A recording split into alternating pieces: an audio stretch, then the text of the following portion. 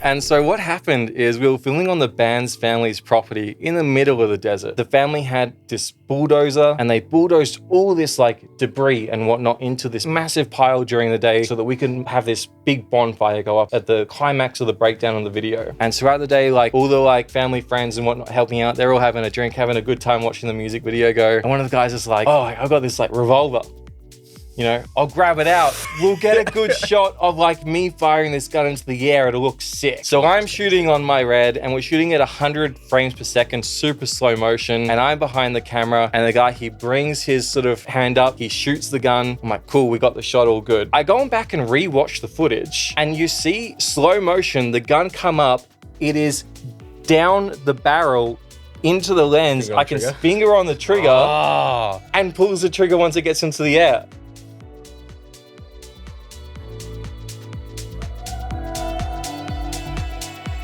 All right, hey guys, back. My name's Darcy from Palms Off Gaming, and we're on the Palms Off Gaming podcast. Today, we're joined by Ed Reiss.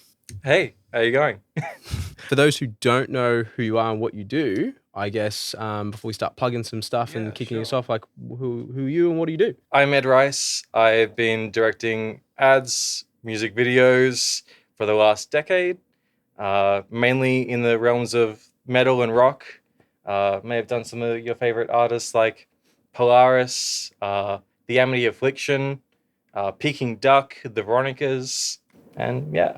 Yeah, and our boy Sabian from Alpha Wolf. Yeah, 100%. That's how you were put onto us, I guess. Yeah. The word of good Sabian has gone far. So it's good. That's nice. So yeah, we're opening a new podcast. We've got some stuff here today from Good Games Greensboro from Michael. We're going to be opening that a little bit later in the podcast. So yeah, if you need any trading card accessories and all that sort of stuff, please hit up palmsoffgaming.com.au. Your support of our brand helps us bring you cool new products and also more informative, hopefully continuing to be informative podcasts like this, introducing you to some cool new people, such as Ed. So, TCG, what do you collect? Yeah, my main jam is Magic the Gathering. Mm-hmm. I am massive on Commander. I'll go like at least once a week to go play games. My usual shop's General Games in Malvern. You know, Cool. I've got this great group down there. Greg, who owns a store. Love the guy, bit of a dickhead, love to give him some shit. I started getting into it kind of like as a lot of people kind of did at like the start of lockdowns. I'd been collecting Pokemon like as a kid, just like from 5 years old, trying to convince mum in the, you know, dairy aisle of Safeway to get that block of bigger cheese with the Charmeleon. With the Coast Charmeleon. Yeah. I tried to, you know, make her buy many a block of bigger cheese. Keep going home. It's like all this cheese. You're just like, why do you keep eating all the cheese? You just like all the wrappers scattered around you. Mom, we need more cheese. I was absolutely obsessed with those Charmeleons. But yeah, so COVID hit and I had started getting back into Pokemon at the time. And some other mates of mine had got into Magic and I got obsessed with the artwork of it and just kind of like went, you know, straight into it and kind of just like latched onto it all throughout COVID. It was like toss it between Magic and Pokemon. And because I couldn't play Magic during the lockdowns, Pokemon kind of like still took over. It was what I was mainly focused on.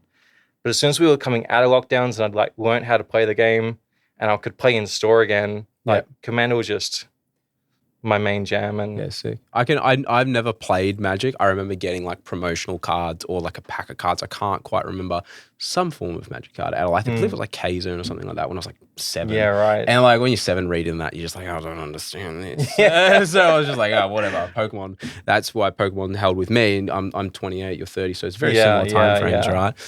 When you're in lockdown, you couldn't play Magic, obviously, but did you ever play like the online TCG? I tried to give it a go. Like, you got all the code cards, and I was like, why the fuck not? Let's, you know, test it out. It never kind of clicked. No, it never clicked.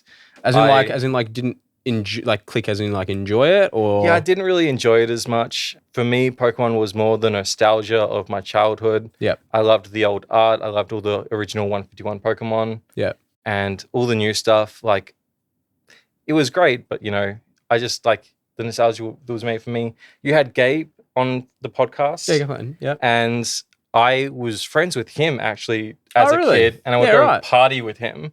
Yeah. We got up to many fucking mischiefs. I don't know if I can swear on here. It might pop out. I'm sorry. Yeah. Shit. Cut it. But bleep. The two of us, we just, used to go drinking all the time. And, it was crazy to find out that he had his card store. Mm-hmm. I had no idea that he had his stuff at the time at EJ Games. Yep. And I went to the store, and because of my nostalgia for the early Pokemon, I wanted to go. Gabe does a lot of the early. Yeah. And so my main thing is I loved all Team Rocket. Yeah. And I loved all the Neo sets. So I kind of like made it my mission that like I want to do complete collections of all those WotC sets. It's a brave. Yeah. Brave to ask. Yeah. When did you decide that? It was about like the start of lockdown. Oh, that's a brave time to start collecting those sets. It was the wrong financial period to choose to do it. Very high, yeah. But that's all right. I love to, find bargains. Mm-hmm. I love to just, wherever I can, get a card that's worth $50 for $5. We all enjoy that. Yeah. I love the chase it and like the hunt of finding those cards you're after. And it feels good when you've kind of like saved money and all the rest. Well, particularly if you know what you're looking for as well. Yeah. Like I don't remember if I may have covered it in podcast 1 or 2, but when we were talking about it off camera, when I went to Japan, I was going around collecting cards and stuff from my personal collection. And I remember sorting through the bulk lots of cards and finding, are you familiar with Japanese base set, how they have no rarity symbols down the bottom right? No. So Japanese base set, you can get like their, quote unquote, first edition was some of the rarity symbols in the bottom right were missing. They weren't there. So I remember rifling through just bulk lots of old sort of back Japanese cards and coming across a really beaten up Blastoise. Right. It's got a PSA 1. Fantastic in my collection. And then getting a Venusaur as well. But PSA didn't grade Venusaur at the time. I think they may have just restarted doing it. Raichu and Venusaur they didn't grade. I can't remember for what exact reason, but they were not grading them at the time. But found 2 no rarities and they set me back, I think $3.50 each. Right. Because obviously the person that was sorting them out in the store just missed it. They just missed that part. And I was going through every single base set one, just checking bottom right. So, it's good finding, going out and finding something that's, got that worth not only, physically in the form of like money, but also that nostalgic factor as well. Like you can actually, the more money you have, the more money you can like buy other stuff to complete your collection. 100%. So, it's not always nefarious. So, but like I was going through eBay at the time and, PSA shut down, can't send any subs in. And it was kind of crazy to go through some of the listings and some of the slabs of cards would sell for less than the actual cost of the submission would be. And I'd be like, why the hell not? I'll just, I want this card anyway. If I wanted to even send it in, even if it's only like a 6 or a 7, out of 10, I'll just add it to the collection, Particularly in Australia, everybody is really...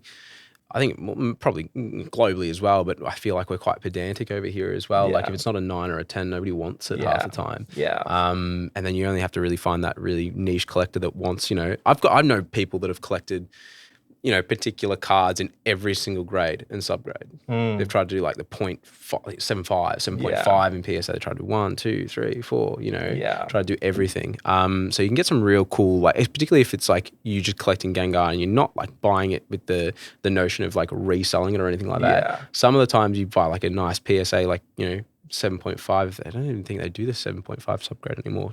Don't quote me on that. But some of them you just get for a ridiculously cheap amount, and it's cool just having that personal collection. Might be a car that you used to collect when you were a kid or whatever. Have you got your W stamped Charmeleon in a grade yet? Did I have that one? Yeah, I think I do. Is it graded? So we got the Dark Charizard. We do have the first edition. Is it Charmeleon? 7.5. No WotC stamp, but first edition. Yeah, first edition. No, it's no bigger cheese with the little gold WotC stamp in the corner. Craft. Yeah. Craft one, I kind of find it wild that I might be wrong here.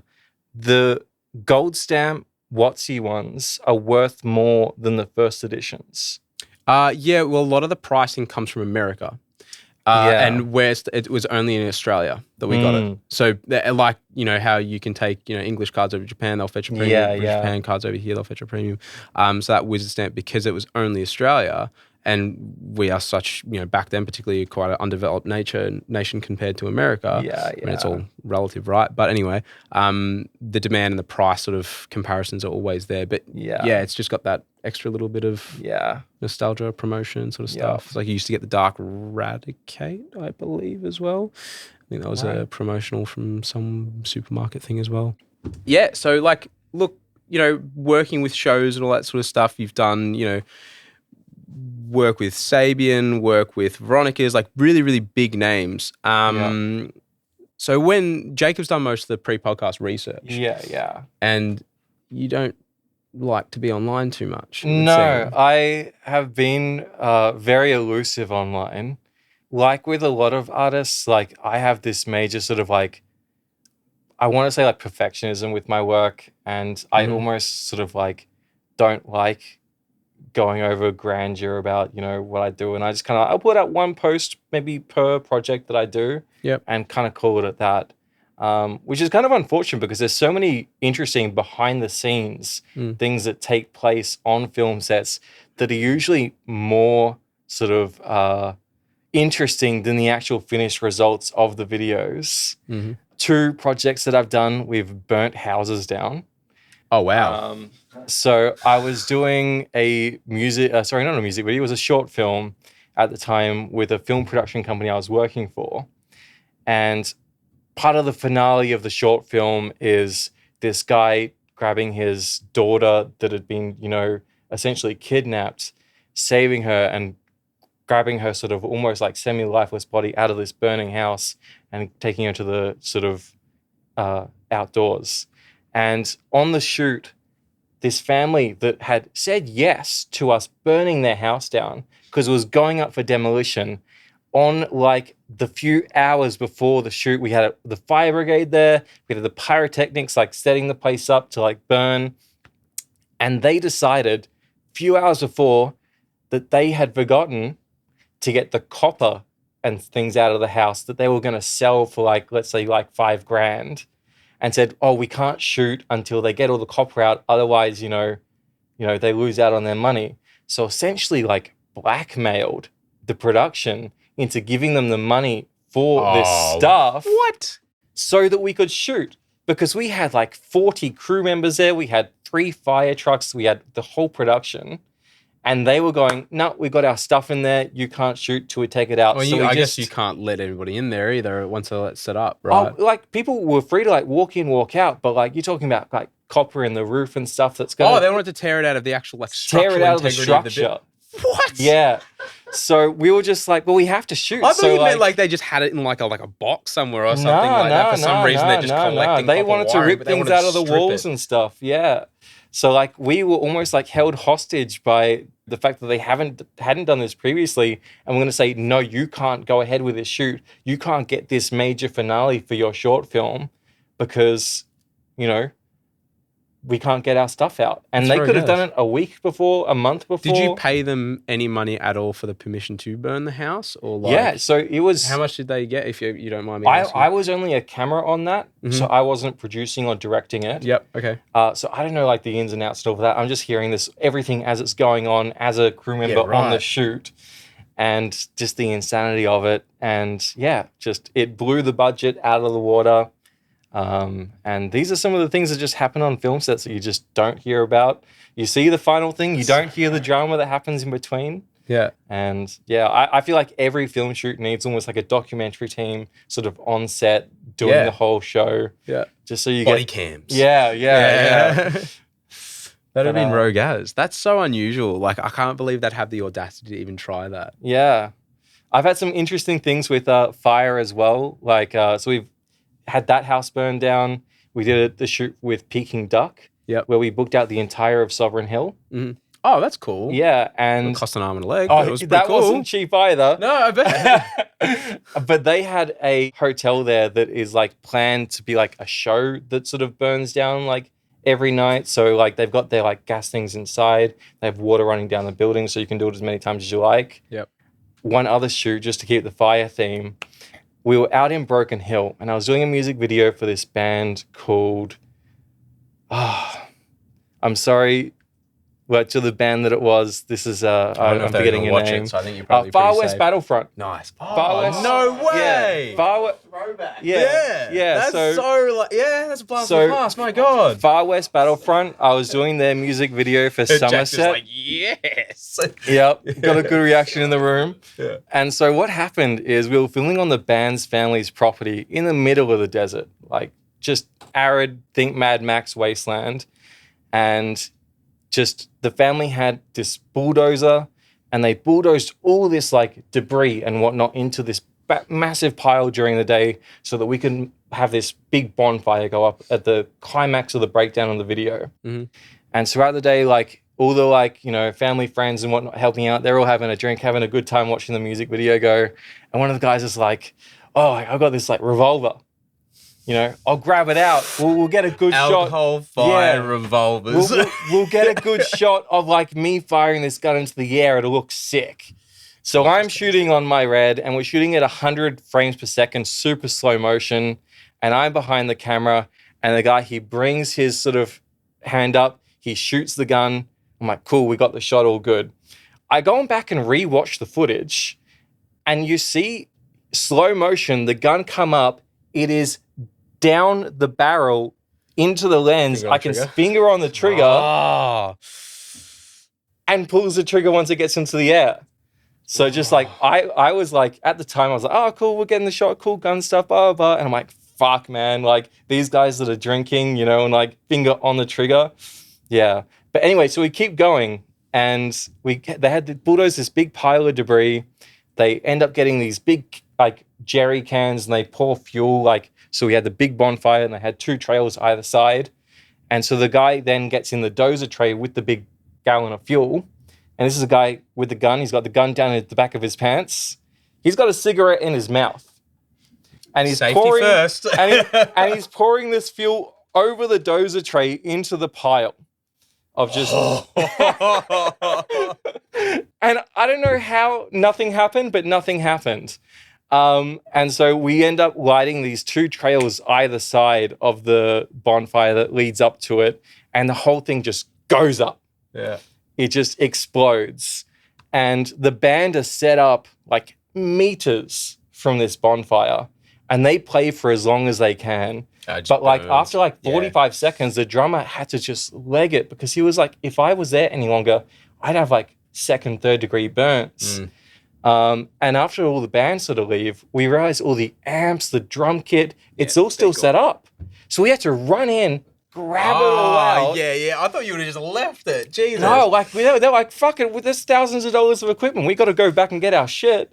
And so they did that. But then my film equipment that I'd hired for the shoot was still set up. And for the edit, we're going to have a little photo right here or here, wherever it's going to be. And I got my hand on my head going, what the fuck have I done? And this massive fire, burning, and the bassist is sort of like looking back at me, mouth agape, going, what have we done? And bit of a time. Was their equipment okay? Or? Their equipment was fine. Somehow the lighting, my film equipment was fine, but live to see another day. That's very lucky. Yeah. That's nuts. We're literally talking about like the cameras not overheating before we go on here as well. And you've been kind enough to bring in and set up your Red's camera. We're currently shooting on my Red. Yeah, which is not, for people watching and don't know much about film, not a cheap camera. Tell us a little bit about the setup and what you've got going on and how long you've had it with you, what little modifications you've made. Yeah, sure. I brought the bare bones today. I just wanted to like bring something in to show you guys. But I've got my Red Epic Dragon. I've had this guy for like 8 years now, I want to say. When I was like starting out, I had saved up all of the money possible for me doing all my jobs. Mm-hmm. And I just got enough to get the deposit down on the camera. And I just, on a whim, like said, yep, we're doing it. I had to put down 45 grand to buy the camera outright. And I've had it, now for it's 8 years, you're doing like 22. That's a lot of money at 22. 45, yeah. a lot. Yeah. That's commitment. Yeah. I was working extremely hard from like 16 years old. Yeah. And at the time, I had this MySpace page called Get Behind Vic Bands. Yeah, cool. Yeah. And I would like help put on local shows, like do sort of, band of the months and whatnot, and, do little write-ups. And at the same time, I had this clothing brand called Burn City. So I'd take all my shirts and I'd sell them at the shows that I'd help promote. And I get bands to wear the shirts. And at the same time, I was doing media at school. And so I go and film the bands wearing my shirts at the shows that I'd try and help put on. And it sort of like ended up just like becoming this bit of a snowball thing of, bands wanting free shirts, also wanting free content for the, shows they're putting on. And it ended up being like, I would go and do like tour diaries for bands. And those tour diaries would turn into like studio diaries. And the studio diaries turned into music videos. Mm-hmm. And so it ended up just being this like chain ball reaction of just, this turned to that turned to that. I've been doing music videos for the last decade because cool. I kind of never planned on it evolving like that. It just kind of happened. But yeah, I wouldn't have it any other way. Yeah. Yeah, it would have been like a rough trot trying to get all that to work. But like at the end of the day, it just, the people that are going to be in it long term are going to make success out of it are the people that are passionate about it. And obviously to do something like that, for the exposure sometimes is like, you've earned your stripes. So congratulations. It's sick. A lot of people at 22 would be like, oh, $45,000 house deposit. It's just like camera. Let's be dumb. Let's not be smart. Yeah, exactly. Send it, mom. So yeah, no, well done for sending it. And actually like, obviously, you wouldn't be. Yeah. How does it hold up to today's standards? So like for today's standards, like the actual picture and image of it is great. The thing that's kind of like I find being held back on some of my projects is the low light capabilities. Yes. So because it's now 8 years old, like from now till then, we had our cameras like the A7S III that you could shoot just at night. And, the one street lamp would illuminate the whole entire space. But this camera is really designed for like a studio setting, where you have all your lights that you bring into the space and you have a desired look that you want. Yeah. So low lit, do you still get a lot of granulation or like? Yeah, 100%. So like you need to have the lights you bring in for the shoot. Otherwise, you have a good lighting, you do your own lighting, right? I do a lot of my own lighting, but like that was maybe like in the early days. Now I love to bring gaffers on. Yeah. And so I'll tell them like, I need this set up here, this set up here. We're looking for blues over here.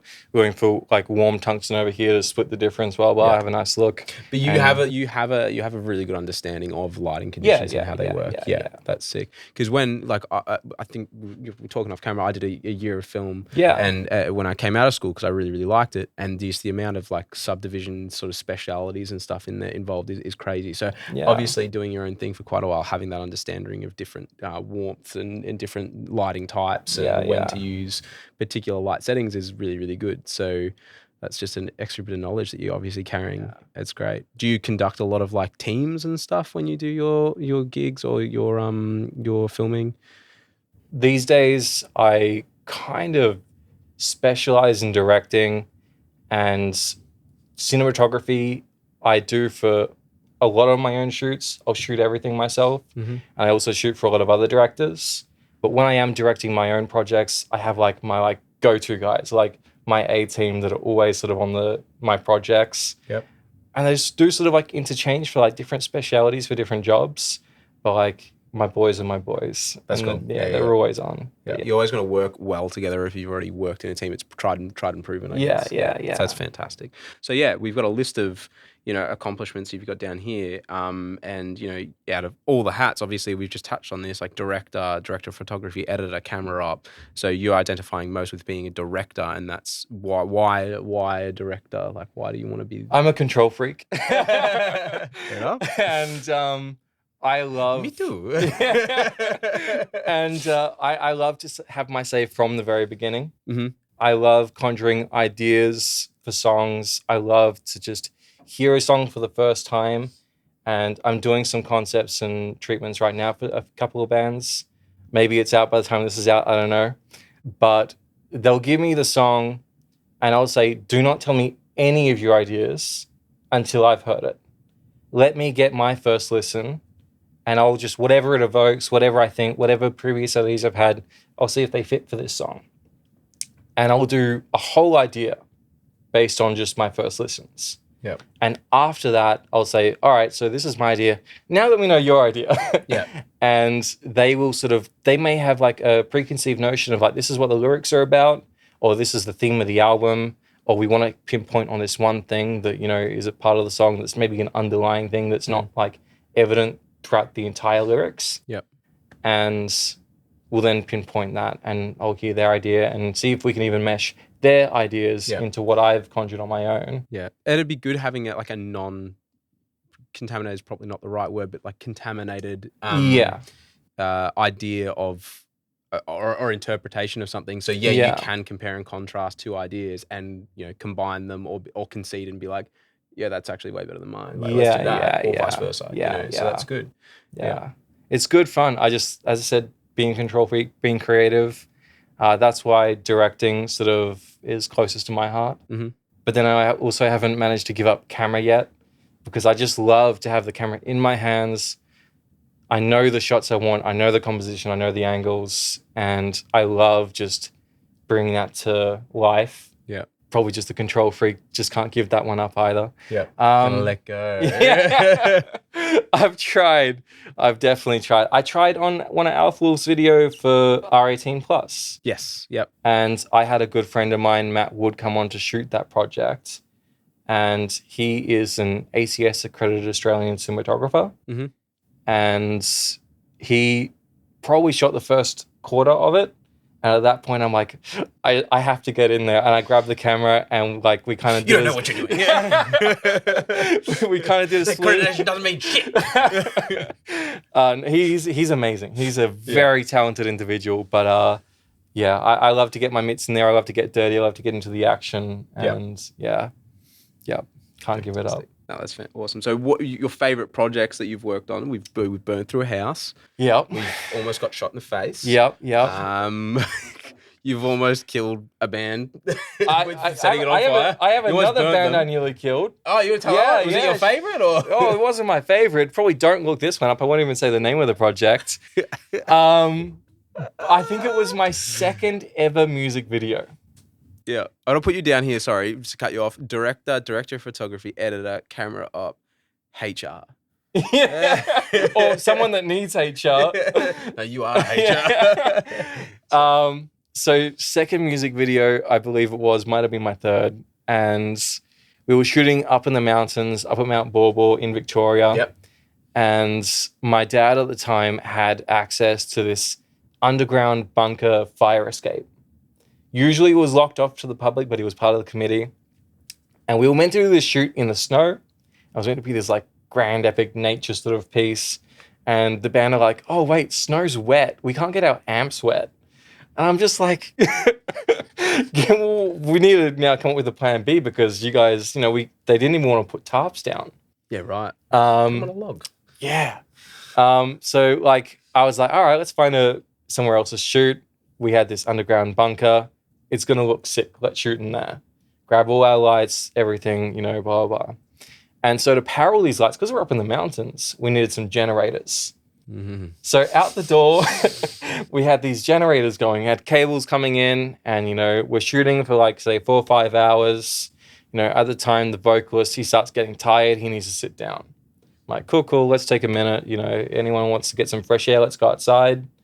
And we go outside, and as soon as we come back inside, we get hit by this waft of just gas. Ooh. And so the fumes of the generators had been slowly over time essentially creating this like gas chamber that we were performing and filming in.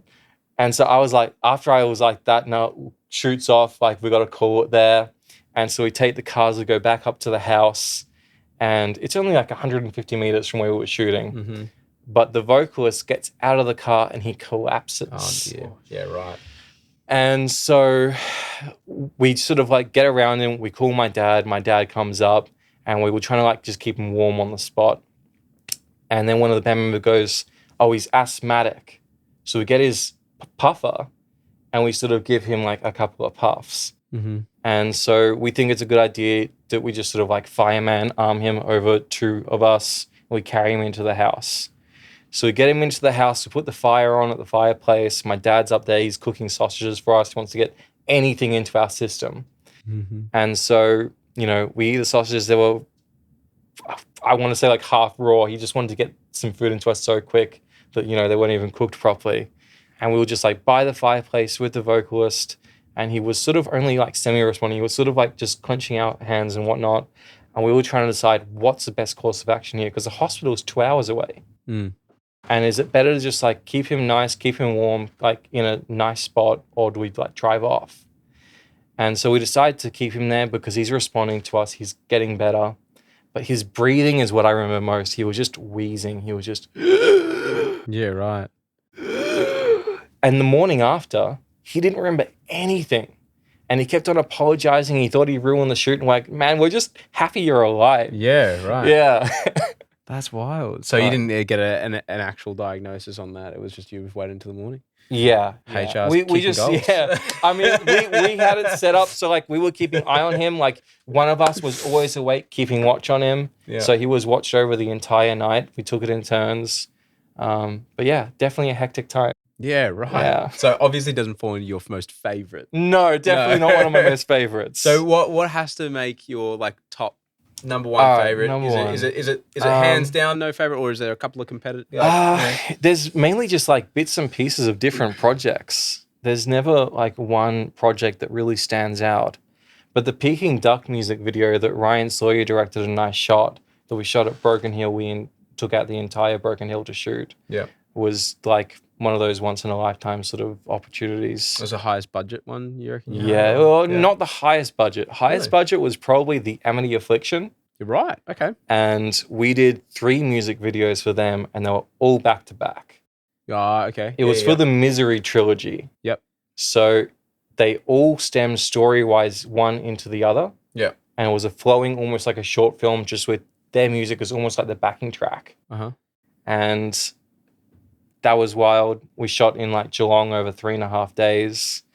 We had a director, Ryan Mackpool, down from the UK directing it. Yep. And car chases, bank heists. Like, It was a fun time. But yeah, that was probably the most expensive and most like just like shoot scene, like back to back. We had Joel, the vocalist of the band. He wrote the entire narrative of it. Yep. And don't know how much I can go into detail with it, but like we sort of like were like down to the wire on the day of. I was about to say, because 3.5 days to shoot 3 videos. Yeah. 3 separate videos is pretty impressive. Like that's pretty, like you'd have to be going. Yeah, we were done. going. It was like, Ed, this is the scene. Yeah. This is what's going to happen in the scene. You've got 15, 20 minutes to light it. We've got half an hour to shoot it. Then we're on to the next. Yeah, right. And that's probably like, I would have wanted, 45 to an hour minimum to light, and then like 2-3 hours to shoot minimum. Yeah. So we were just like crunching the numbers, just blasting out the shots, just like it was one and done. Like if it was out of focus, if, the talent didn't do what the director wanted, that was it. Too bad. Yeah. Yeah. So, yeah, one for the books. Yeah. That seems like a real high energy. That's crazy. Do you have probably like one of the questions you don't want to be asked or don't want to really answer is, do you have, I mean, you probably almost getting shot in the face is probably up there. Yeah, shot in do you the have face one? is Do you have one that you didn't enjoy the most? I would imagine maybe the one where you almost died. I don't know. There are a couple of contenders here. It would seem. I feel like I've probably nearly gone over all of them. It's a colourful life. Yeah. That's what I'm saying. Like, I honestly think that having a crew on a film set documenting it is usually more entertaining than the finished piece. Yeah. You should come out with a movie every year. Yeah. Ed Reiss, 2023. Life of. Yeah. Do you have a least favourite? Does any stick out to you as being the one that you don't? Honestly, nothing really comes to mind. I'm actually trying to rack my brain, but yeah. It just have like the most sort of probably negative ones are just the ones that, don't work out the way you thought they would in your head. And maybe one of them technically is that Amity Affliction shoot being so quick to shoot. Yeah. Because even though we had a great team around us and, you know, the videos all got done well and they all came out with more time to shoot them, I think that the peak of what they could have been would have been just so much higher, and I would have been so much more like proud and impressed of them if we had the time to commit to doing it all properly. Yeah. But yeah. Yeah. So like, not missed opportunity, but just as a, I guess, perfectionist mentality. Yeah. What could have been sort of thing. Yeah, that makes sense.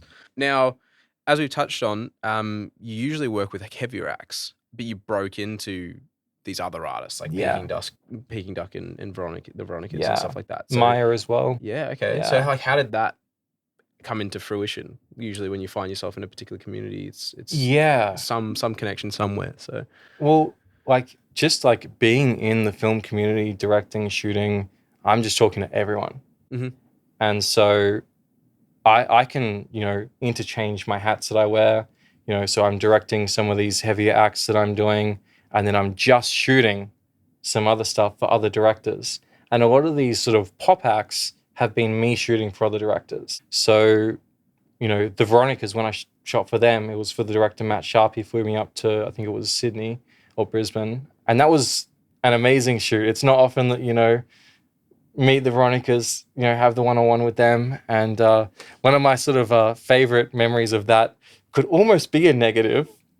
And that was me introducing myself to them and saying my name. And throughout the course of the shoot, I don't think it went in one ear. Like, it just went out the other ear instantaneously. And they called me Babes all day. Which nice. I did not care at all. Yeah. So they were just like, Babes, it looks so good, Babes. Like, you know, and I was just like, you don't even need to know my name. You can call me Babes for the rest of your life. I'm good. But yeah. And then we shot with the same director, Maya, like big sort of R&B pop artists from like the sort of like late 90s that, you know, would have been on like Channel V and MTV and stuff. And we did a shoot for her. And I thought she was going to be this absolute diva, like pop star and whatnot, but opposite kind of of the Veronicas. Love you, Veronicas, but you know my name. She put the time in to just be like, know my name, would say my name, would like ask me about myself, and like would make eye contact, and just like was some complete sweetheart. Mm-hmm.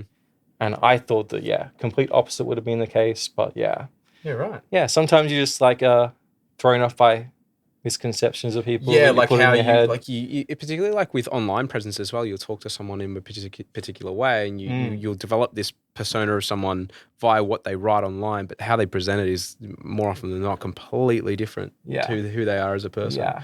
You know, it's crazy. Like when I'm online for a lot of people, like I'm pretty like, you know, short, sharp, straight to the point. You know, sometimes pretty overall friendly. But if I'm blitz on a day, like, and I'm busy, it's just like cool, and it sounds really like abrupt. And then we might have a conversation. It's just like, what's going on, man? Like, sort of thing. So it's really interesting to put that in perspective.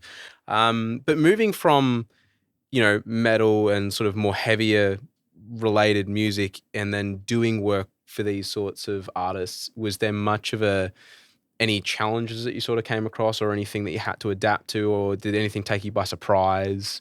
Nothing took me by surprise so much, but definitely, like, say with the Veronicas, I don't know, like, how much I can get into some of the minutiae of some things, but at the time shooting their music video, they had 60 minutes on to do an interview with them on the shoot. Okay, yep. And so... What year was this, sorry, if you don't mind? This was, I want to say 2021. Okay, yeah. So quite recently. Yeah, really recent. And so during the shoot, they were doing the interview, and it took forever. Mm-hmm. And like in my head and the director's head, we were just like, we're here to shoot the music video. That should be the primary. And it took hours for them to sort of come on to actually be, you know, present for the shoot, which halved our time that we actually had to shoot them. Yeah. Just 60 minutes. God damn it. Schedule another day. God damn, guys. Never being hide from 60 minutes now. Didn't want to go on there anyway.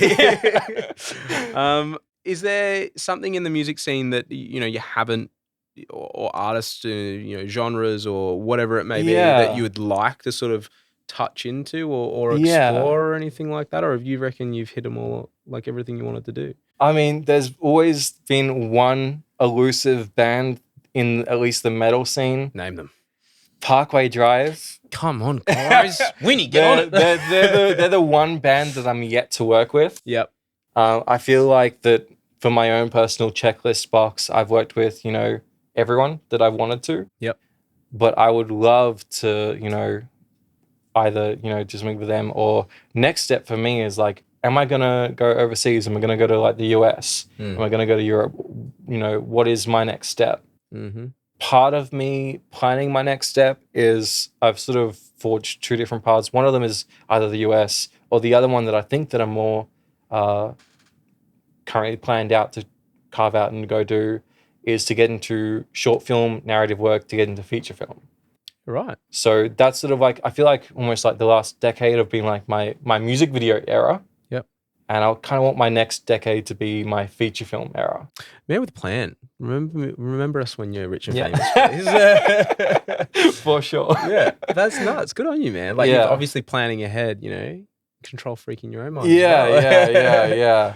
So, I'm going to go as hard as I can to make sure those goals go ahead. But, you never know what's going to happen. Mm-hmm. And, going down that path might lead me somewhere else. I started this with a MySpace page, putting on local shows. The old MySpace days, yeah. That got me into a clothing brand. Yeah. And that clothing brand got me into shooting bands. Mm. And now shooting those bands has got me, hopefully, into, the feature film world. Yeah. And, who knows what's after that. Yeah. So if there's anybody that works in or knows people in feature films, please network with us so we can network with Ed. So yeah, that's really cool. So have you got any like next steps in place? It sounds like that's where you want to go. Yeah. So I've already, out of the two paths, it sounds like you're pretty set on that. So I've already got 2 short films that I've essentially 90% written. Cool. I want to see if I want to write any more of them, or see if any of them are worth developing into a longer form feature. Yep. And then it's getting the money together into actually getting them made. Yep. And the money and the financial side is the most difficult because, backers and that sort of stuff. And like my ideas and, ambitious, they're grandioso. And like I have not held back with these short films that I'm writing either. Yeah. And so where would a budget typically be placed with that, like a guesstimate budget, if you had to pitch it to someone? It's hard to say. If you're pitching it to someone, you're like, oh, we'll do this for, for 30 grand. 78.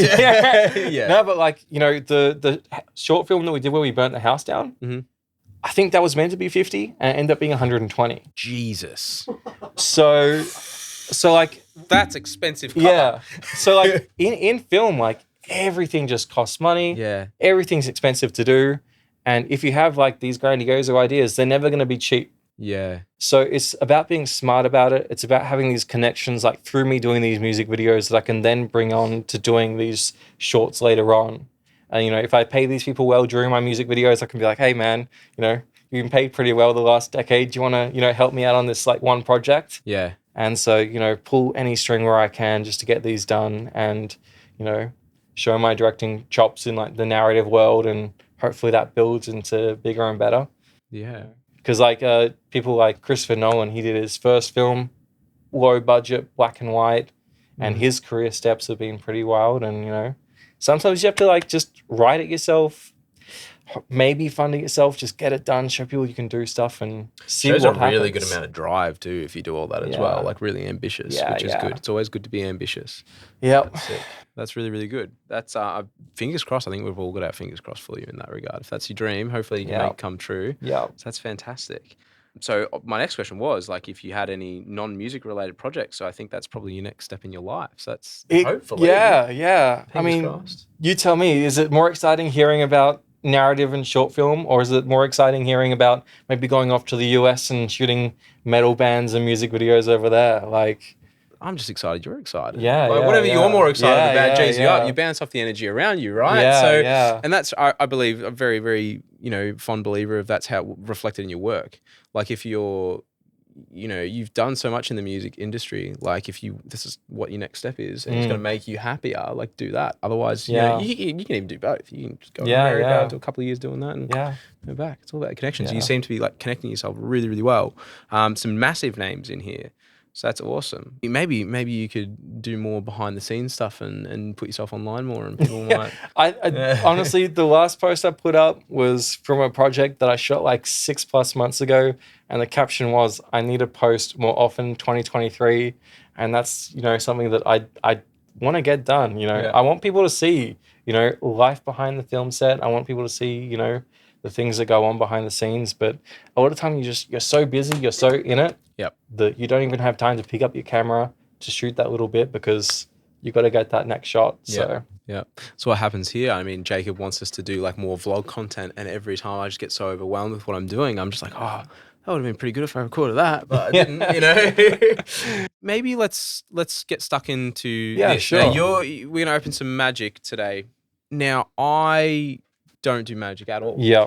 I don't do it at all. So you're going to have to guide me on this one. So all the cards that are good, I'm going to say they're shit, and I'm going to bring them over here. Cool. Awesome. I'm just going to have them here. You just guide me, all right? So this is a brand new set that came out, Dominaria Remastered. It's essentially a straight reprint set. Yep. There's no brand new cards in here. The only sort of new aspect to it is there's absolute staples you need to play with brand new artwork. Okay. And if you see something that's like the whole card is just art, like in Pokemon, if it looks rare, it probably is. Yeah. But this set, it's got all the tutors in it, your mystical tutor, vampiric tutor, entombs and whatnot. They're kind of what you're looking to hit. Yep. And fantastic. For me, I love the artwork of Magic. It's got that more sort of like gritty, gruesome kind of vibe to it, a little bit darker. I know like you're a fan of Vegeta. And I kind of, I don't know if you like the darker underdog kind of, stuff, but like that's kind of what I'm into as well. Kind of like the whole Team Rocket in Pokemon. Yeah, like if I like the Rocket cards, I love it. Like that undergroundy, dark sort of tonality of it. I really enjoy it. And that's what got me into Magic in the first place. So it's kind of like that sort of like split. Yeah, cool. But yeah. Beautiful. All right, well, we've got this one, again, was supplied by our good friend Michael over at Good Games in Greensboro. Also, if you don't know, fantastic community over there as well. I'll have to check it out. 100%. So maybe you can get involved with that as well. Not to steal you from Greg, but just keep playing there by all means. But you're networking, you'll meet some fantastic people down there. I know we have. So I've already made a little cut in there, so you're not sitting here, but I'm going to let you do the honors on that. And you were saying you didn't play this throughout COVID, but you played it. You've gone back into it since, and you're down at General Games. General Games Melbourne, yeah. Cool. Shout out, Greg. During COVID, like we still kind of played Spell Table online. Yep. Sort of like an online webcam sort of way of playing. You'll split these up? Yeah, you can divvy them out however you want to. Well, I want you to choose some. No, it's dealer's choice, mate. You've got it. Yeah, do enjoy the artworks. There's some really talented artists across the TCG community. It's wild. 100%. Honestly, if I wasn't in film or doing the things that I had been doing in the past, my main thing that I wanted to do was graphic art. I always loved art, but that one never took off. Some other things took its place. You only take so many roles, Ed. Yeah. Too many. It's like the other day, like my partner's like, you can't pick up another hobby. You've got enough. Just call it quits there. I'm like, oh, okay. All right. How do you want to do? You want to do this and then like half of this? Like, how do you want to split it? I'm in your hands. Okay. I'm in your hands. Let's just do this. It's $36 in a box, I'd imagine. Yeah. Good. There you Perfect. go. Always go left, always go right. Good luck. The small pile. Cheers. 15 cards a pack. Sorry? 15 cards a pack? Yeah. 36? In a pack. Yeah.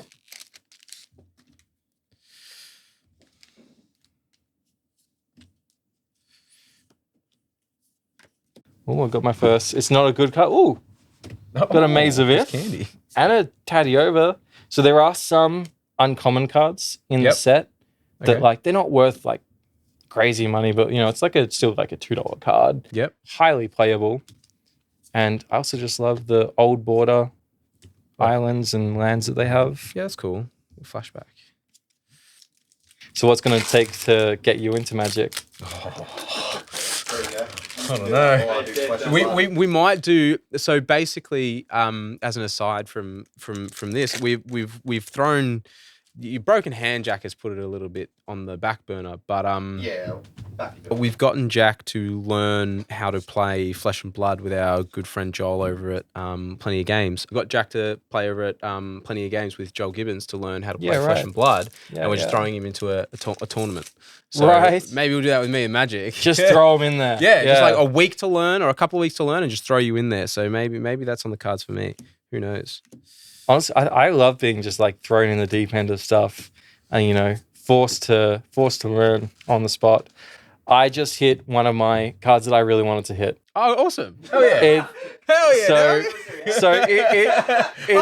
It's not even like an expensive value card. I think it's like under $20, but it is one of my favorite cards. No Mercy.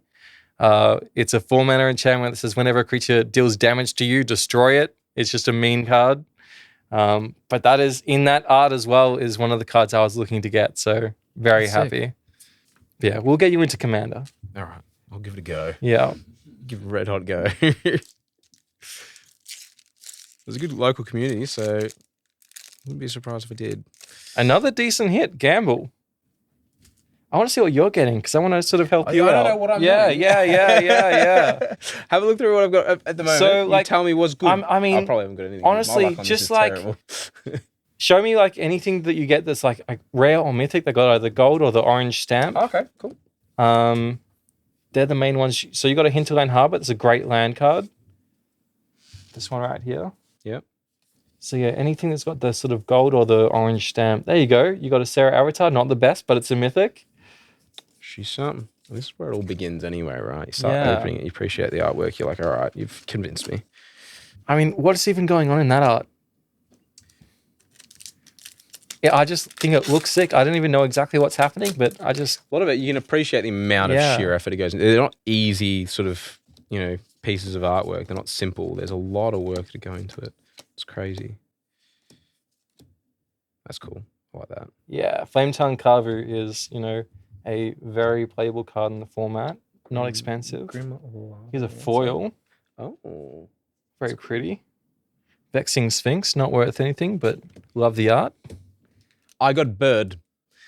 Love Bird. Bird OP. Bird OP. Go Bird. That's my favorite. I'm going to grade that.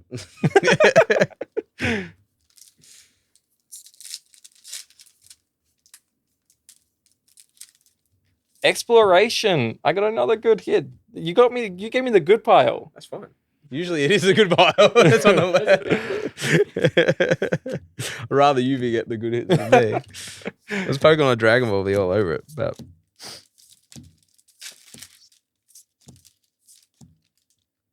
I got a non-holo Vexing Sphinx. So there's one card in this set that if you do get it, it's a blue card. Yep. It's called Force of Will.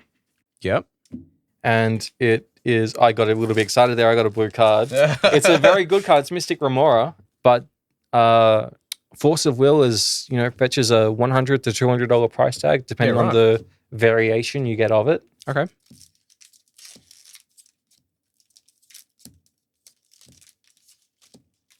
Glory. And I feel like I've rorted you on these packs. I got Bird again.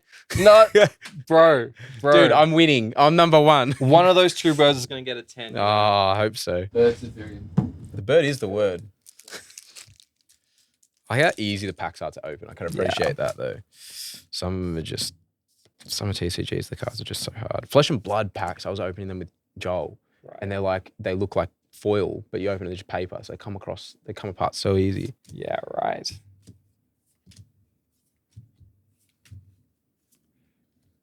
Salt and Battery. Arcanus the Omnipotent. Now, I am getting some other decent hits. How... Squirrel! Should I be... Dude, I love this. I love it. Just the last cards. I feel like I should be like saying out loud more of the cards that I'm actually hitting. This is me. Squirrel! Bro, we're going to build you a squirrel deck. Oh, that'd be sick. Let's do it. Oh, got a pretty looking high tide and a time stretch. This is a Lotus Blossom in foil. What a pack. Wild. Thanks, Michael. Yeah, thanks, brother.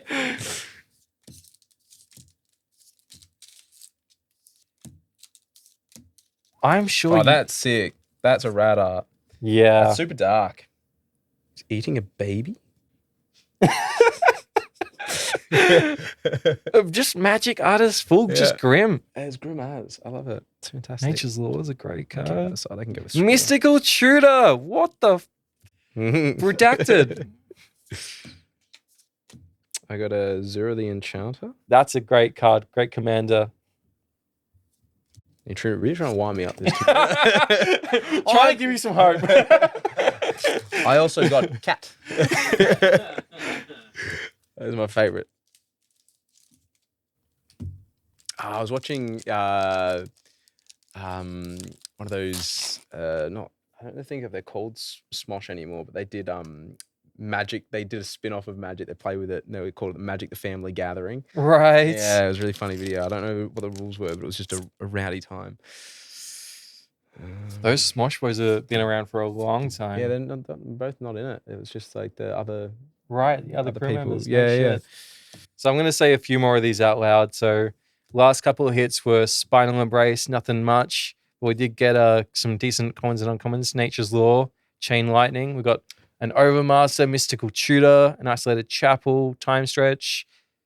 Yeah. I got a Triskelion. Sick card. Yes, thank you. Nature's Law in that art is a great playable card. That's a good card as well. Yeah, cool. So with like competitive play, that is essentially a card that is just fast mana. All right. So you discard it from your hand, you get 1 mana. A bit turbo play. Yeah, turbo play. Yep. That's sick. I've gone a little too fast. I want to see you open a couple more packs, and I'm going to, we're going to get a big hit, and I want to be there for it. I want to get another bird. I want to help you out, yeah. Another bird. Bird. Oh, zombie, boo. Zombie is sick, though. I want bird. Who doesn't love a zombie? I want 3 birds. What's your favorite zombie movie? Bird. God, that's a good question. I like 21 Days Later? 21 Days Later. Or 28? 28 Days Later, yeah. Rattled me on that one. Yeah. Yeah. Opening sequence is great. Yeah. Good family fun. Birds of Paradise. We got the bird. I got bird. We got the actual OP bird. That's gonna go. We gotta show the, we gotta have the little graphic come up. We gotta have like Birds of Paradise. Yeah. And little thing that says OP bird. OP bird. Bird is the word. Putting Jacob through his paces. Gotta happen. It was like, God damn it. Swipe. Yeah. And you gotta have a little sound effect that goes ring.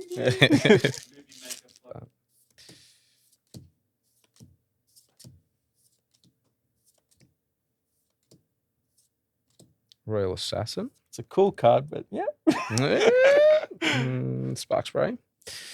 That's shiny. I'll put it over there. And insect, not bird. So how many you got to go? I feel like I've just churned through. You powered I've only got yours. 6 left. I've got like 8, bro. All right, you do 2 more, and then I'm gonna. And then you're gonna turbo hold through pace. the rest. Yeah. I'm gonna hold pace. But I feel like for what you've opened now, you deserve a Force of Will. Oh, give me something. Yeah.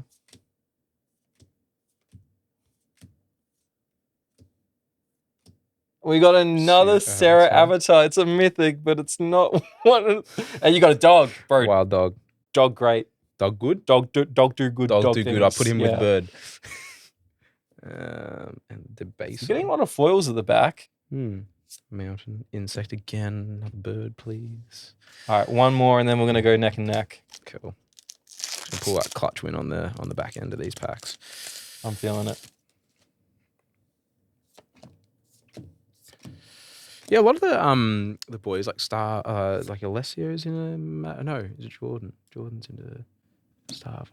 From Starve is into all his magic and stuff. A few of the boys are on that bandwagon. Yeah. Yeah. I don't talk to those guys that much. Knowing that they're into magic, I probably should. We got Christopher from Dreg is coming on soon. He's Magic or Yu-Gi-Oh, right? Or both? Yu-Gi-Oh Pokemon. Yu-Gi-Oh Pokemon, that's right. Yeah. Jess's cap. it's not the best card, but like this artwork of the card, love it. It does chaotic things that I love to do when I play. It's a 4-mana artifact that taps for 2. It says sacrifice this card, search target player's library for 3 cards and exile them. Then that player shuffles their library. I love to just, cause a ruckus. Redacted with people, like just like do shenanigans. I'm the chaos player that, I won't always play to win. I'll play to do just wild things to have a good time. Play to annoy you. Yeah, essentially, yeah. It's like stall decks and stuff.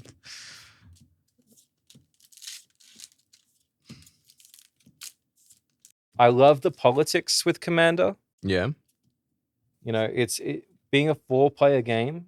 Furic Vortex. You can sort of talk people into doing things sort of at your will that sort of benefits you.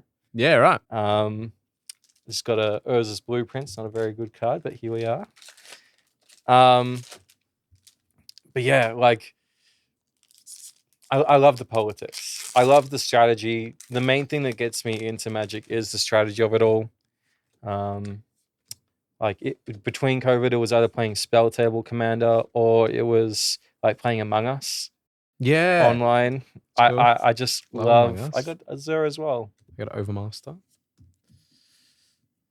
But we were playing with like Sab and the guys in Alpha Wolf and Polaris, playing Among Us, and I used to love just giving them shit, convincing other people that they'd done tasks and things that they hadn't actually done, convincing them that they were, the imposter. It's a great time. We got a borderless oversold cemetery.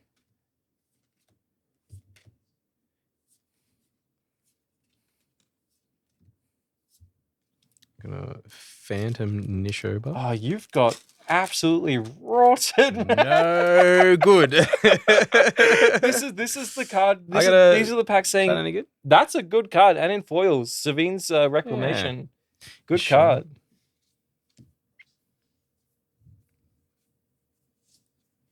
At least I got something. Oh, I just got a Mythic Time Stretch and Old Border Art. Great card. Take 2 extra turns after this one. I like all the old text. Like that's very like when I was getting him as a kid, like or seeing him around, like that old school text is cool. Cool to see. I feel like this is the game's almost way of saying Pokemon's your jam. In a way. So don't mess with us. Go back to where you came from.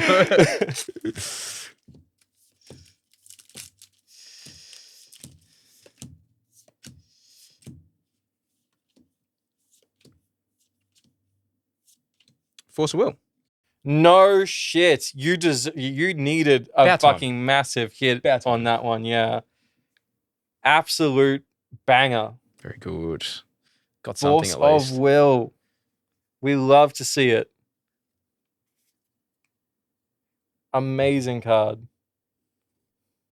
So they come in multiple artworks for this set? Yeah. So this one, you can get it in that exact art, but then you can also get it in that art with the old border frame. And that's sort of like the chase variant? Yep, and then you can get that as well, and you can get all these variants in foil or non-foil. Yeah. And then there's also a sort of borderless version of the art So there's a few different iterations. Yeah. I'm down to my last pack, so I'll wait for yours. Okay.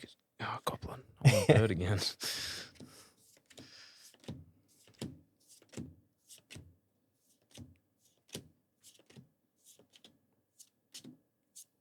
Wrath of God. Staple board wipe. All right, got to cheers on the last pack. Last pack magic. So Yu-Gi-Oh's equivalent of, Magic's equivalent of black hole. Yeah. I used to collect a little bit of Yu-Gi-Oh back in the day. I used to love it. I used to play it at school. Woodland Cemetery, great land. And like I was obsessed with cards like Rebirth.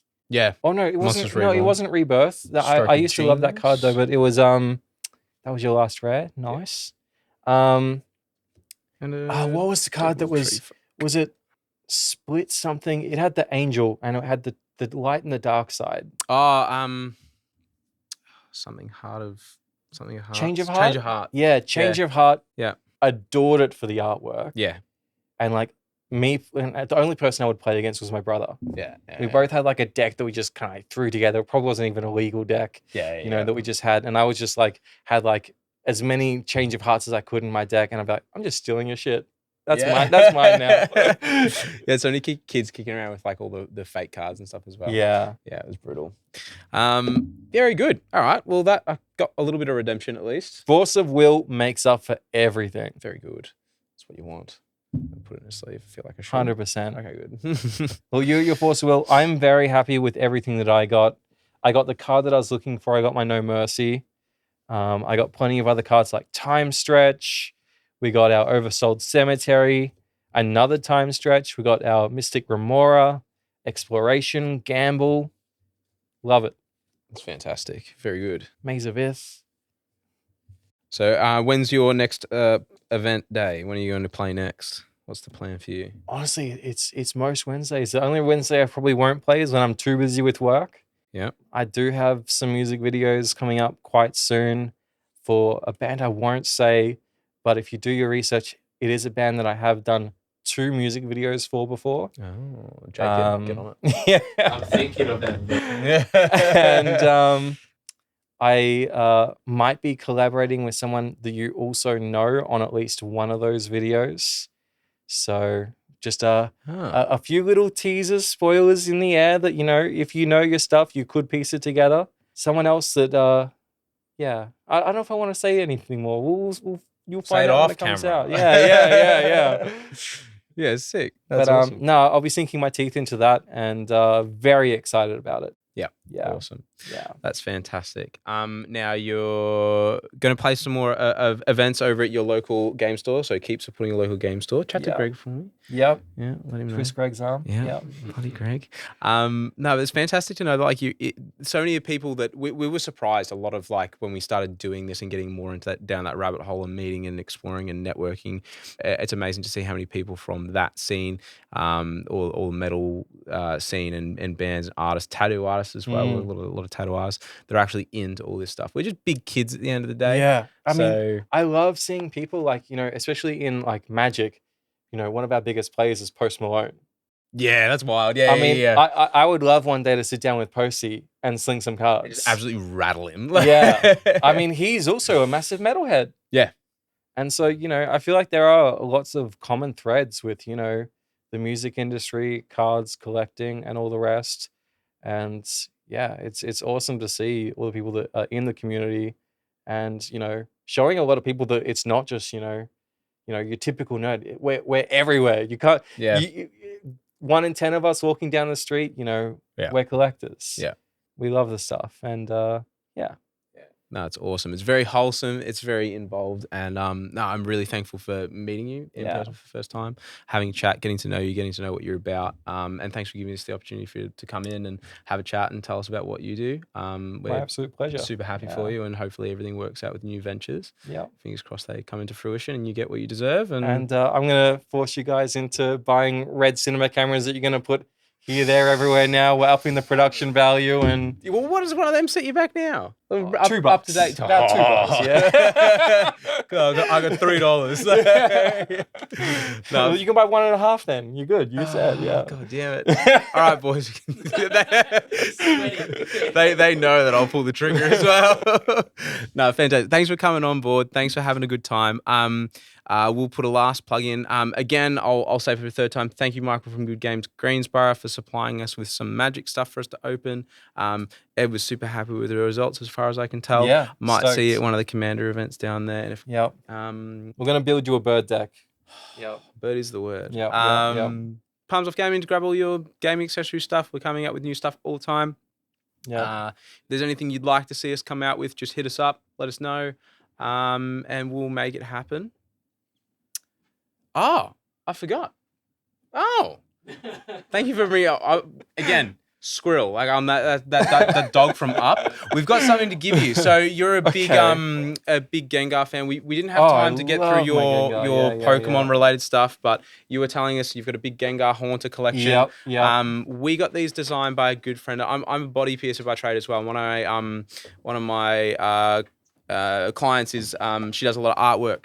And we're big, as support the bands, we support the artists. We promote them. We commissioned her out, paid her to commission her out of work. We paid to get them all printed. We gave her a few. We promoted her, and we got 10 decks printed with her artwork on it. You may have one of these. Everybody gets a gift when they come on board. So this is a bit more of a special one as a Gengar person. So yours is 5 out of 10. I love it. Well. And the purple should go really good. Amazing. So that's yours, my dude. We've got wall mounts as well. That is amazing. This is going on the wall. Yeah. I don't even know if I'd want to write it to ruin it. Yeah. That's just gonna be. Please don't write it. No. You wouldn't want to see me write it anyway. I'm Unco. But yeah, no, this is amazing. Thank you so much. So her name is Maggie Archer. You can Maggie. I'll give Thank her, you, Maggie. I'll put her guys. Instagram handle in somewhere, and everybody can follow her if you like her artwork. And yeah, if you want to reach out and say thanks for designing it, you can. 100%. She's always quite humbled when people reach out and appreciate her work. So we're super proud of her. Yeah. And I hope you enjoy it. I'm going to have this on the wall, and I'll have my slabbed Haunter, Gengar, Ghastly. That'd be sick. Send us a picture when you do it. Yeah. We've got the wall mounts. We've just got to find them. Yeah. So bear with us as we try to find them in this messy office. We're just about to move our warehouses, so it's a little bit in disarray. Thank you so much. That's all right. My pleasure. Thanks for coming aboard. Is there anything you would like to plug before we let you go? I want to plug you guys. Thank you guys. You guys are sick. Before, honestly, this is a paid promo. They gave me the deck. They got me hostage. They said if the gun on the Fireless Battlefront shoot, they'll shoot me with that if I don't. No, I've had your guys' stuff. You probably, maybe before the thing, you might have seen that I've done orders with you guys previously. Yeah, the name is familiar to me. Seeing on the receipts. Yeah, I reckon I bought 2,000 soft sleeves. Oh, fantastic. From you guys and a binder. Yeah. When I was just churning through my Pokemon and whatnot at the time. And the only thing I want to pull you guys up on is you guys need to do some inner sleeves, some perfect fits.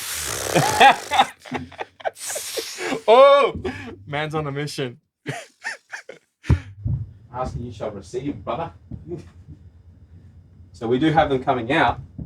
They're not really. Is this an exclusive? This is a sample. Well, these are coming in the next couple of days, so they'll be out. They'll be out by the time this is one of our very first sample packs, so it's not the final design, but yeah, we've got them. So they're coming out. So you'll have them for your decks and stuff. Awesome. So you have some purple sleeves and you can put some of these in there and stuff. So done. Amazing. Already steps ahead, man. Yeah.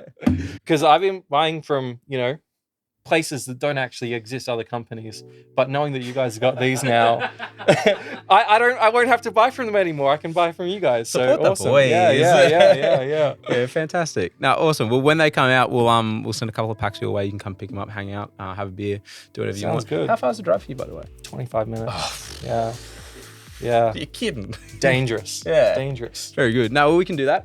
They should be in any day now. By the time this is released, by the time you guys are watching this, they'll already be on the market. So I guess we'll drop a link to all the new products in the description of the YouTube video, I guess. So yeah. Thanks for coming on, man. Appreciate it. Appreciate you. Appreciate what you're doing. Sweet. Thanks, man. Yay! First Veronicas, fuck yeah! Bro, you got rotted. Fuck me, right? Apart from the force of will, that's gonna be its own reel. Yeah. Just cuts of Darcy. Animal! Bert!